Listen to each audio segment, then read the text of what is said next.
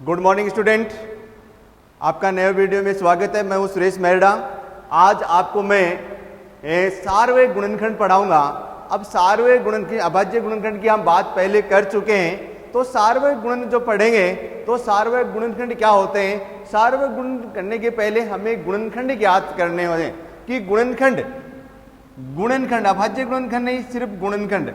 अब गुणनखंड क्या होते हैं ये चीज आप देखें। देखिए गुणनखंड क्या होते हैं, कुछ संख्या लीजिए। जैसे आप संख्या ले रहे हैं 6। अब 6 का ये 6 किस किस से भाग जाता है, यानी 1 गुणा 6। फिर 6 बराबर ये भी होता है 2 गुणा 3। फिर 6 बराबर और क्या हो सकता है, 6 बराबर 2 गुणा 3। तो यहां देखिए तो 6 के गुणनखंड है वो क्या हो गए, 6 के गुणनखंड। 6 के गुणनखंड क्या क्या हो गए, 6 के गुणनखंड हो गए 1 हो गया, उसके बाद में 2 गया, उसके बाद में 3 हो गया और उसके बाद में क्या हो गया, 6 हो गया। यानी कहने का मतलब ये हो गया कि 6 में किस किस संख्याओं का भाग जाता है। 6 में किस किस संख्याओं में का भाग जाता है। 6 में देखो किसका भाग जाता है, 1 का भाग जाता है। 6 में किसका भाग जाता है, 1 का भाग जाता है। 6 में 2 का भाग जाता है। 6 में 3 का भाग जाता है और 6 में किसका भाग जाता है, 6 का भाग जाता है। तो 6 के जो गुणनखंड हो गए वो क्या हो गए, 1 2 3 6। तो यहां अभाज्य गुणनखंड की बात नहीं होती है। अगर अभाज्य गुणनखंड करते हैं यानी 6 के अभाज्य गुणनखंड बात करते हैं तो अभाज्य गुणनखंड की विधि बताई थी। सबसे पहले आप 2 का भाग देंगे 3 आएंगे, 3 का भाग देंगे 1 आएंगे। तो इसका 1 गुणा 2 गुणा 3 ये इसके अभाज्य गुणनखंड है। कैसे गुणनखंड है, अभाज्य गुणनखंड है। हम इस वीडियो में या हमारी इस क्लास में अभाज्य गुणनखंड की बात नहीं करके हम गुणनखंड की बात कर रहे हैं। तो गुणनखंड का मतलब यह है कि ऐसी कौन सी संख्या है जिसमें दी गई संख्या का पूरा पूरा भाग जाता है। तो देखिए 6 में किसका भाग जाता है, 6 के अभाज्य गुणनखंड कौन कौन से हो गए, 6 के अभाज्य गुणनखंड हो गए, क्या हो गए, 1 हो गया, उसके बाद में 2 हो गया, उसके बाद में 3 हो गया, उसके बाद में कितने हो गए, 6 हो गए। अब आप कुछ और संख्याएं ले सकते हैं। जैसे आपने संख्या ली, कौन सी संख्या ले रहे हैं, मान लो 2 ले रहे हैं, तो 2 के गुणनखंड क्या होते हैं, 2 के बताओ, 2 में किस किस का भाग जाता है, गुणनखंड बराबर होता है 1 और कितने हो गए 2। उसके बाद में 3 के गुणनखंड कितने होते हैं। मेरी बात समझना आप, मैं क्या कहना चाहता हूं, आप समझ रहे हैं मैं क्या कहना चाहता हूं। गुणनखंड बराबर कितना हो गए, 1 हो गया और 3 हो गए। उसके बाद में देखो 4 के गुणनखंड क्या होंगे, 4 के गुणनखंड क्या हो जाएंगे, 4 के गुणनखंड क्या होंगे, आप जरा सोचिए। 4 में 1 का भाग जाता है, 4 में 2 का भाग जाता है और 4 में किसका भाग जाता है, 4 का। 5 के गुणनखंड क्या होंगे, 5 के गुणनखंड क्या होंगे, तो 5 के गुणनखंड बोलो क्या हो गए, 1 हो गया और 5 हो गया। यानी कहने का मतलब यह है कि 5 में किसका भाग जाता है। अब याद करने का तरीका, जैसे 4 का तो 1 गुणा 4, ठीक है, बराबर 4 होता है। दूसरा 2 गुणा 2 बराबर भी कितना होता है, 4 होता है। तो इसमें 1 गुणनखंड हो गया, 1 2 हो गया और 1 4 स्वयं हो जाते हैं। इसलिए गुणनखंड का मतलब यह है कि आप उसमें किस किस संख्याओं का पूरा पूरा भाग दे सकते हैं। अब देखो 6 के, तो 6 के गुणनखंड मैंने अभी बताया। 6 के गुणनखंड क्या हो सकते हैं, 6 के गुणनखंड में 1 का भाग जाता है, फिर 2 का जाता है, फिर 3 का जाता है और उसके बाद में कितने का जाता है, 6 का भाग जाता है। तो 7 के गुणनखंड कितने हो गए, 7 के गुणनखंड क्या हो गए, तो 7 के गुणनखंड देख रहे हैं आप, 1 होता है और 7। अब 8 के गुणनखंड देखो आप, 8 के गुणनखंड देखोगे तो 8 में 1 का जाता है, 2 का जाता है, 4 का जाता है और देखो आप कैसे आते हैं भाई, 1 गुणा 8 बराबर भी 8 होता है, 2 गुणा 4 बराबर भी 8 होता है और उसके बाद में देखो 8 गुणा 1 ये आ गए। तो ये इसका गुणनखंड एक तो ये हो गया और उसके गुणनखंड क्या हो गया, 1 हो गया, एक इसका 8 हो गया, एक इसका 2 हो गया, एक इसका 4 हो गए। तो इस तरह से आप इसके गुणनखंड ज्ञात करोगे। तो गुणनखंड ज्ञात करने की विधि आप थोड़ा सा दिमाग लगाएंगे तो थोड़ा सा अगर दिमाग लगाते हो तो थोड़ा सा दिमाग लगाएंगे तो आप देखेंगे आपको टेबल आती है और उस टेबल से देखते हैं कि आप बताओ कि किस किस में किसका भाग जा रहा है। तो देखिए 8 में, जैसे 10 के आपको अभाज्य गुण नहीं सॉरी 10 के गुणनखंड ज्ञात करने हैं, 10 के गुणनखंड ज्ञात करने हैं। तो 10 के गुणनखंड में सबसे पहले आपको पता है 1 का भाग सभी संख्याओं में जाता है, 1 का भाग सब संख्याओं में जाता है। उसके बाद में 2 का जा रहा है इसमें, उसके बाद में 5 का जा रहा है और एक स्वयं 10 का जा रहा है। एक स्वयं किसका जा रहा है? 10 का जा रहा है। तो 10 के गुणनखंड कितने हो गए? ये हो गए। अब ऐसे में 12 के गुणनखंड ज्ञात करते हैं। आप किसके ज्ञात करेंगे? 12 के गुणनखंड ज्ञात करेंगे। तो सोचिए 12 के गुणनखंड, अभाज्य गुणनखंड नहीं, गुणनखंड। तो 12 के गुणनखंड ज्ञात कर रहे हैं। तो 12 में 1 का जाता है, 2 का जाता है, भाग 3 का जाता है, 4 का जाता है, 6 का जाता है और 12 का जाता है। तो 12 के गुणनखंड क्या हो गए? सोचो कौन कौन सी संख्या आगे? 12 के गुणनखंड तो ज्ञात करना, आपको बस बात यही देखना है कि किस प्रकार से। तो सबसे पहले जो गुणनखंड है उसमें एक सबका गुणनखंड होता है, एक सभी का गुणनखंड होता है। उसके बाद में आप इसके क्या करोगे भाई? इसमें 2 का टेबल जाता है, 3 का जाता है, 4 का जाता है, 6 का जाता है और कितने? 12 का स्वयं का जाता है। तो इसका मतलब इसके गुणनखंड क्या हो गए? 1 2 3 4 6 और 12। अब ये चीज आपने सीखा कि गुणनखंड ज्ञात कर लिया आपने, नोट अभाज्य गुणनखंड। अभाज्य गुणनखंड अलग चीज हो, हालांकि अभाज्य गुणनखंड से ही गुणनखंड होते हैं। अभाज्य गुणनखंड अलग चीज है। अभाज्य गुणनखंड इस प्रकार से निकाला जाता है, 12 में भाग दिया 2 का 6 बार गया, 12 में 2 का भाग दिया 3 बार गया, फिर इसमें किसका भाग दिया? 3 का भाग दिया 1। तो यानी 12 के अभाज्य जो गुणनखंड है वो है 2 गुणा 2 गुणा 3 गुणा 1। तो 1 को बाद पहले लिख देते हैं, 1 को कहां लिखेंगे? यहां लिख देते हैं। अब देखो यहां 1 का भाग जा रहा है, 2 का जा रहा है, फिर इन दोनों का 4 का जाएगा, उसके बाद में 6 का जाएगा और इन सबके गुणनफल है 12। तो 12 का भाग जाएगा। यानी कहने का मतलब मेरा यह है बच्चों कि आप सोचते होंगे कि गुणनखंड, तो गुणनखंड का हिसाब ये लगाना है कि इस दी गई संख्या में किन किन संख्याओं का पूरा पूरा भाग जा रहा है। तो वो सभी संख्याएं उसके क्या कहलाती हैं? गुणनखंड कहलाती हैं। क्या कहलाती हैं? गुणनखंड कहलाती हैं। तो अब यहां देखिए आप इनके गुणनखंड, अब आपके सामने कुछ पर्सन दिए हुए हैं, आपके सामने कुछ पर्सन दिए हुए हैं, वो हम कैसे ज्ञात करते हैं? तो देखिए सबसे पहले अब बात आ रही है हमें सार्वय गुणनखंड। क्या आ रही है? तो सार्वय गुणनखंड क्या होते हैं मैं जरा बता देता हूं। देखो एक बार बात सोचो, आप कहेंगे 6 के गुणनखंड किए आपने 1 और उसके बाद में गुणनखंड किया आपने 2, उसके बाद में 3 और उसके बाद में क्या गए 6। ठीक है, अब एक संख्या और लेता हूं मैं, वो संख्या लेता हूं मैं 12। तो 12 के गुणनखंड क्या होते हैं? 12 के गुणनखंड होते हैं 1, उसके बाद में 2, उसके बाद में 3, उसके बाद में 4 और उसके बाद में कितने होते हैं? 12। अब दोनों में जो एक जैसे हैं ये जो हैं वो इसके क्या कहलाते हैं? सार्वय गुणनखंड कहलाते हैं। क्या कहलाते हैं? सार्वय गुणनखंड कहलाते हैं। कैसे गुणनखंड कहलाते हैं बेटा? सार्वय। तो इसके सार्वय गुणनखंड क्या हो गया? 1 हो गया, 2 हो गया और 3। ये इसके क्या है? सार्वय गुण। किसके? 6 और 12। यानी कहने का मतलब यह है, आप कहने का मतलब मेरे समझ गए होंगे कि 6 और 12 इसके अंतर्गत ऐसी कौन कौन सी संख्या है जिसका भाग 6 में भी जाता है और जिनका भाग इसमें जाता है 12 में जाता है। तो देखो 1 का सब में जाएगा, ये क्लियर है, क्योंकि 1 का भाग दी, फिर उसमें देखो 2 का सब में भाग जाता है, 2 में जाता है, 6 में भी जाता है, 12 में जाता है। फिर 3 का देखो, 3 में किसका जाता है? 3 का भाग 6 में भी जाता है और 12 में भी जाता है। अब ये तो इसका मतलब इन और संख्याओं का नहीं जाएगा। तो ये जो दोनों में कॉमन है, दोनों में जो उभयनिष्ठ है, कॉमन का मतलब दोनों में मौजूद है, 6 वाले में भी मौजूद है और 12 वाले में भी मौजूद है, वो इसके क्या कहलाते हैं? सार्वय गुणनखंड कहलाते हैं। क्या कहलाएंगे? सार्वय गुणनखंड। तो बात समझ में आएगी। अब देखो कुछ क्वेश्चन जो आपकी बुक के लिए हुए हैं वो क्वेश्चन मैं कर रहा हूं।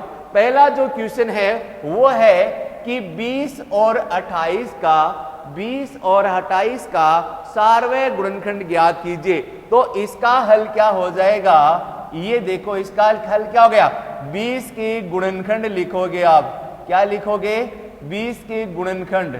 तो ऐसे लिखोगे 20 के गुणनखंड बराबर, तो 1 का भाग जाता है 20 में, बोलो जाता है नहीं जाता है। उसके बाद में किसका जाता है, 4 का जाता है, उसके बाद में 5 का जाता है, उसके बाद में 10 का जाता है, और उसके बाद में किसका जाता है, 20। तो ये इसके क्या हो गए, सार्वैक गुणनखंड हो गए। क्या हो गए, गुणनखंड हो गए, है ना। 20 के कौन कौन से गुणनखंड हुए बताओगे जरा, किसका भाग जा रहा है, एक 2 का भी जाता है ना इसमें, किसका जाता है, 2 का भी जाता है। तो 1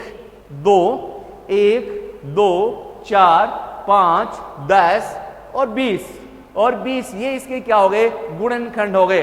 अब इसके बाद में 28 के गुणनखंड, किसके गुणनखंड, 28 के गुणनखंड निकालोगे।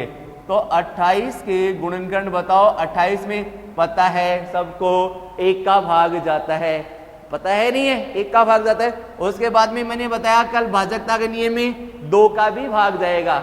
अरे जाएगा नहीं जाएगा, कल भाजकता के नियम में सीखा था कि इकाई का अंक क्या हो, सम हो, यानी 0 2 4 6 8 यो, तो उसमें 2 का भाग जाता है। अब देखो 3 का भाग जाता है क्या, नहीं, 8 और 2 10 है, 3 का भाग नहीं जाएगा।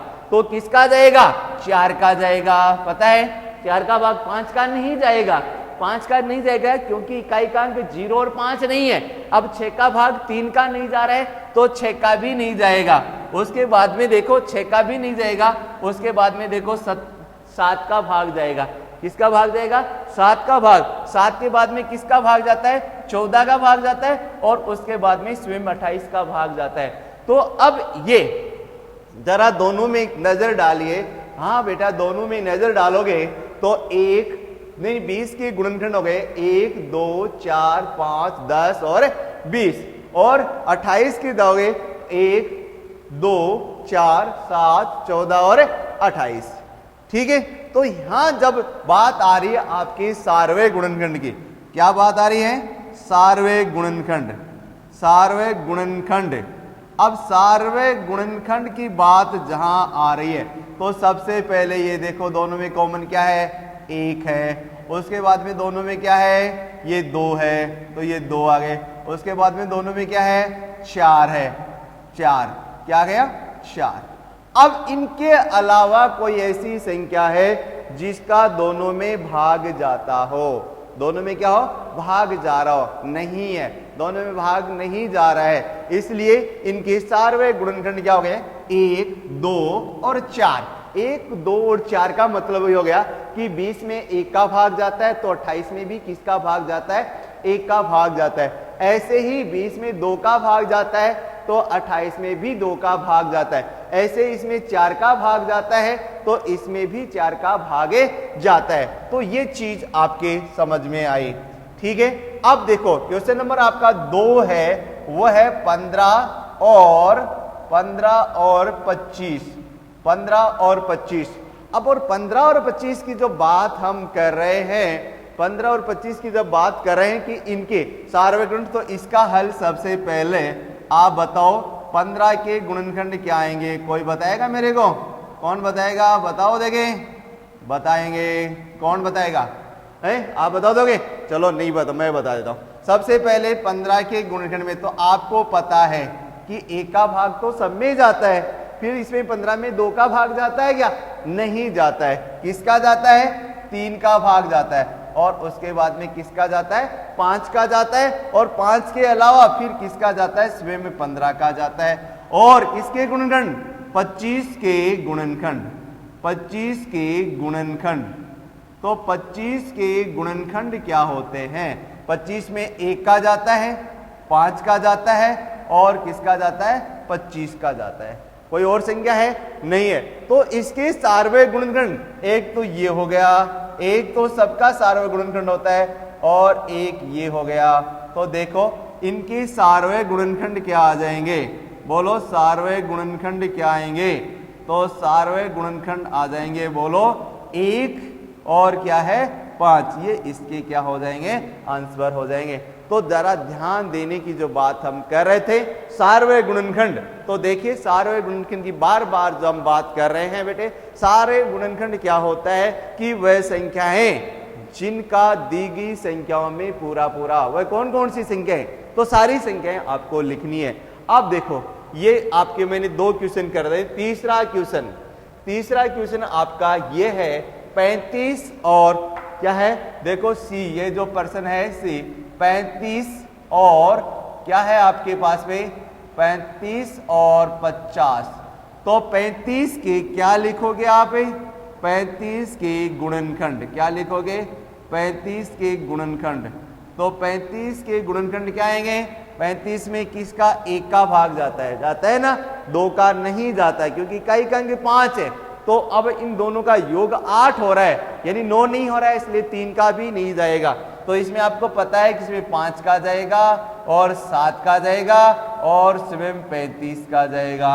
और उसके बाद में 50 के गुणनखंड, 50 के गुणनखंड आप निकालोगे, तो 50 के गुणनखंड निकालोगे तो 50 के गुणनखंड में आप क्या देख रहे हैं, किसका भाग जाता है 50 में, 1 का जाता है, वेरी गुड।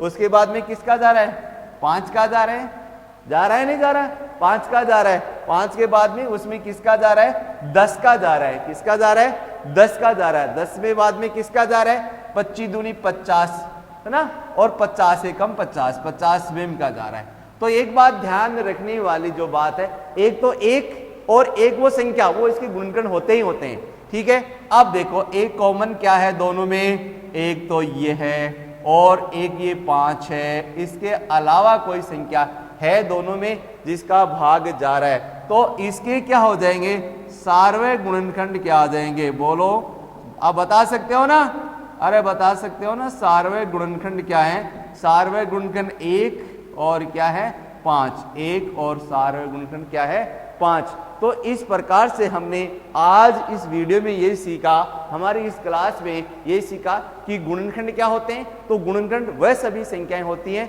जो दी गई संख्या में पूरा भाग जाता है, ठीक है। जैसे आप सोचो 50 में किसका भाग जा रहा है, 50 में 1 का भाग जा रहा है, 50 में 5 का भाग जा रहा है, 50 में 10 का भाग जा रहा है, 50 में 25 का भाग जा रहा है और 50 में 50 का भाग जा रहा है। अब यहां और जिस चीज को आप देख रहे हैं वो देखो, और कौन से एक और बच रहा है जो मैं आपको करा देता हूं।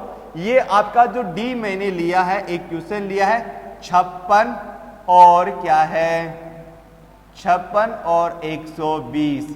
अब यहां जो बात आ रही है कि 56 और 120 की कैसे निकालें, तो आसानी से हम निकाल सकते हैं। वो कैसे कि 56 के गुणनखंड, 56 के गुणनखंड, तो 56 के गुणनखंड आपको मैंने बताया है कि एक सबका गुणनखंड होता है तो 1 आ जाएगा। फिर यहाँ इकाई का अंक क्या है 6 है, 6 है, तो इसका मतलब 2 का भाग जाएगा। अब 6 और 5 क्या हो रहा है 11 हो रहा है, तो 3 के फाड़े में नहीं आ रहा है, इसलिए 3 का नहीं जाएगा। उसके बाद में देखो 4 का भाग इसमें जा रहा है, तो ये आ गया इसका 4। उसके बाद में इकाई का अंक 5 नहीं है, नहीं 0 है, तो 5 का भाग भी नहीं जाएगा।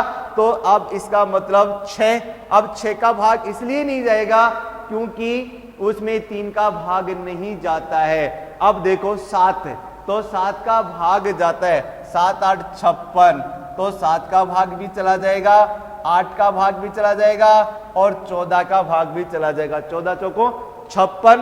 उसके बाद में किसका भाग जाता है इसमें 28 का भी जाता है। 28 दोनों कितने होते हैं 56 होते हैं, और उसके बाद में 56 स्वयं के हो जाएंगे। तो इसके जो 56 के जो गुणनखंड हो गए वो कौन कौन से हो गए, वो तो बताओ फटाफट कौन कौन से गए, बोलिए 1 2 4 7 8 14 28 और 56, ये बात। उसके बाद में आपका किसका आ गया 56 और 120 के गुणनखंड, 120 के गुणनखंड, 120 के गुणनखंड, 120 के गुणनखंड आएंगे तो आपको पता है किसका भाग जाता है 1 का सब में जाता है, 2 का जाएगा, वेरी गुड, पता है 2 का भाग जाएगा, 3 का भी जाता है क्योंकि योग 3 हो रहा है, 4 का भी भाग जाता है क्योंकि 4 3 12 हो रहा है। इसमें भाग जा रहा है ना, लास्ट के 2 अंकों में बताया था मैंने कि 4 का भाग कैसे जाएंगे, तो लास्ट के इकाई और दाई दोनों अंक देखो, दोनों में 4 का भाग जाता है, इसका मतलब 4 का भाग उसमें भी जाता है। उसके बाद में देखो 5 का भाग, इकाई का अंक क्या है शून्य है, इसलिए 5 का भी भाग जाएगा। और उसके बाद में आपको बताया मैंने कि किसका भाग जाता है, 6 का। 6 का कब जाता है, जहां 2 और 3 का भाग जाता है। अब 7 का भाग नहीं जाएगा। अब 8 का भाग जाता है। 8 का तीनों में देखो भाग देके देंगे, 15 × 120 चले गया। 9 का भाग नहीं जाएगा, तो किसका भाग चला गया, 10 का भाग चला गया। 10 में जाएगा, 10 के बाद में 11 का नहीं जा रहा है, किसका जा रहा है, 12 का भाग जा रहा है, जा रहा है ना 12 का। 12 का भाग जाने के बाद में आप देखोगे इसमें भाग जा रहा है 15 का जा रहा है। किसका जा रहा है भाग, 15 का जा रहा है। 15 के बाद में इसमें भाग जा रहा है 20 का जा रहा है। किसका जा रहा है, 20 का जा रहा है। और उसके बाद में भाग किसका जा रहा है, 24 का जा रहा है। किसका जा रहा है, 24 का जा रहा है। तो 24 के बाद में अब 30 चौक 120 और 60 दूनी 120 और 120, ये ऐसी संख्या है। तो ये तो सीधा सीधा भाग पता चल जाएगा आपको कि किन किन संख्याओं का भाग जाता है। तो अगर इसका एक अभाज्य गुणनखंड में 2 का भाग दिया है 60, तो इसका मतलब 60 का भाग जाएगा। फिर 2 का भाग दिया 30, इसका मतलब 30 का भाग जाएगा। इसमें 2 का भाग दिया 15, तो इसका मतलब 15 भाग जाएगा। 3 का भाग दिया, इसका मतलब इसमें किसमें भाग जाएगा, 5 का भाग जाएगा। और 5 का, तो ये तो इसके है ही है, ये गुणनखंड तो है ही है, और इसमें से और निकाल लेंगे। तो कहने का मतलब ये इसके क्या आ गए, गुणनखंड आ गए। अब आप इसका क्या निकालोगे, सार्वय गुणनखंड निकालोगे। जो कॉमन है उसको इस प्रकार कर दीजिए, ये आ गए, ये आ गए कॉमन। और कौन है, 4 है। और कॉमन कौन है, 4। उसके बाद में देखो कोई और है, और आपको दिख रहा है क्या, 15 × 1, ये रहा 1।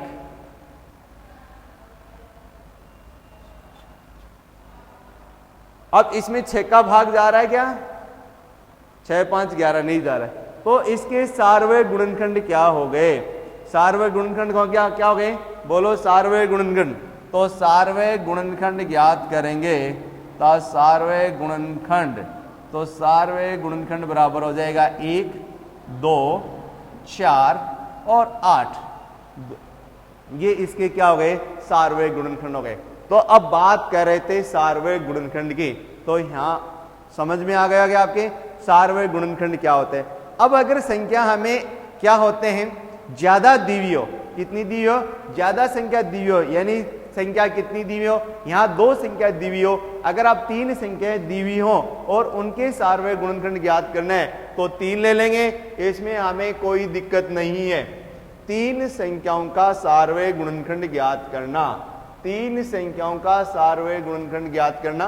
तो क्वेश्चन नंबर आपका जो है दूसरा, जो क्वेश्चन है वो है दूसरा, उसमें कौन कौन सी संख्या दे रखे हैं, देखो 4 8 और 4 8 और 12, 4 8 और 12, 4 8 12। दूसरी आपका जो प्रश्न है ये तो फर्स्ट हो गया। दूसरा जो क्वेश्चन है वो ये है, इसमें बी का, इसमें ये है 5 15 व 25। तो हमें अब पहले हम बात कर रहे थे, पहले क्वेश्चन में बात करती है हमें 2 दे रखे, तो संख्या 2 द्विवीय हो या संख्या 3 द्विवीय हो, संख्याएं 4 द्विवीय हो, इससे कोई फर्क पड़ने वाला नहीं है। सिर्फ बात ये ध्यान में रखनी है आपको कि इसके सबसे पहले हमें गुणनखंड करने, और गुणनखंड करने हमें भाजकता के नियम से ज्ञात कर लेंगे, और भाजकता के नियम से गुणनखंड ज्ञात करने के बाद में जो दोनों है उसमें जो कॉमन है उन कॉमन को हम लिख देते थे, वो हमारा सार्वय गुणनखंड हो जाता है। तो बेटा देखो 4 के गुणनखंड, 4 के गुणनखंड मुझे पता है, आपको आ रहा है। आप क्या बोलोगे, 1 बोलोगे, 2 बोलोगे और क्या बोलोगे 4। उसके बाद में 8 के गुणनखंड लिखोगे, और 8 के गुणनखंड लिखोगे, तो 8 के गुणनखंड लिखोगे, तो 8 के गुणनखंड 1 आ गया, 2 आ गया, 4 आ गया और 8 आ गए। उसके बाद में क्या लिखोगे, 12 के गुणनखंड लिखोगे, 12 के गुणनखंड, तो 12 के गुणनखंड क्या हो गए, 1 हो जाएगा, 2 हो जाएगा, 3 हो जाएगा, 4 हो जाएगा, 6 हो जाएगा और कितने हो जाएंगे 12। समझ में आ रही है बात तो कि ये कैसे आए भाई, 12 में किस किस संख्या का भाग जा रहा है, 1 का जाता है, 2 का जाता है, 3 का जाता है, 4 का जाता है, 6 का जाता है और किसका जाता है 12। अब तीनों का सार्वय गुणनखंड ज्ञात करना है, तो यहां लिखोगे सार्वय गुणनखंड। क्या लिखोगे? सार्वय गुणनखंड। तो सार्वय गुणनखंड लिखोगे तो दोनों सब में कॉमन, एक तो ये रहा, एक आपका कॉमन ये रहा, और एक ये देखो 4, ये रहा, ये 4 सब में है ना 4, तो क्या आ जाएगा? 1 2 और क्या आ गया? 4, यानी 4। अब देखो यहां थोड़ा सा ध्यान रखो, कंफ्यूज होने की कोई बात नहीं है। आप जरा देखोगे, कंफ्यूज नहीं होना है, क्योंकि आप देखेंगे 4 में 1 का भाग जाता है, 8 में 1 का जाता है, 12 में भी 1 का जाता है, और उसके बाद में किसका? 12 में 4 में 2 का भी जाता है, 8 में भी 2 का जाता है, और 12 में भी किसका जा रहा है? 2 का जा रहा है। उसके बाद में किसका जा रहा है? 4 में 4 का भी जाता है, 8 में 4 का भी जाता है, और 12 में। तो ये इसके क्या हो गए? सार्वय गुणनखंड हो गए। क्या हो गए? सार्वय गुणनखंड। अब ऐसे आप इनके भी ज्ञात कर सकते हो। किसके? कौन कौन सी संख्या आपको दे रखी है? आपको ये दे रखे हैं, ठीक है, ये कौन कौन सी संख्या ज्ञात दे रखे हैं। अब यहां देखिए, अब 5 के गुणनखंड, 5 के गुणनखंड कितने आएंगे? मुझे पता है, आपको भी पता है ना, जरूर, 1 व और 5। उसके बाद में 15 के गुणनखंड क्या होंगे? 15 के गुणनखंड क्या होंगे? बताइए जरा। 15 के गुणनखंड होते हैं, 1 का भाग जाता है उसमें 3 का जाता है, उसमें 5 का जाता है, उसमें 15 का जाता है। उसके बाद में 25 के गुणनखंड क्या होंगे? 25 के गुणनखंड क्या होंगे बताओगे? 25 के गुणनखंड 1 का जाता है, उसमें 5 का जाता है, और किसका जाता है? 25 का। तो सार्वय गुणनखंड ज्ञात करेंगे, इसमें किसका ज्ञात करेंगे? सार्वय गुणनखंड। तो सार्वय गुणनखंड ज्ञात करोगे तो 1 आ जाएगा, और उसके बाद में ये 5 इसमें भी है, इसमें भी है, और इसमें भी है, और 5, बस ये आपके सार्वय गुणनखंड आ गए। तो हम बात इस वीडियो में सार्वय गुणनखंड की बात की, तो अब आपके बात समझ में आ गई होगी सार्वय गुणनखंड की, ठीक है।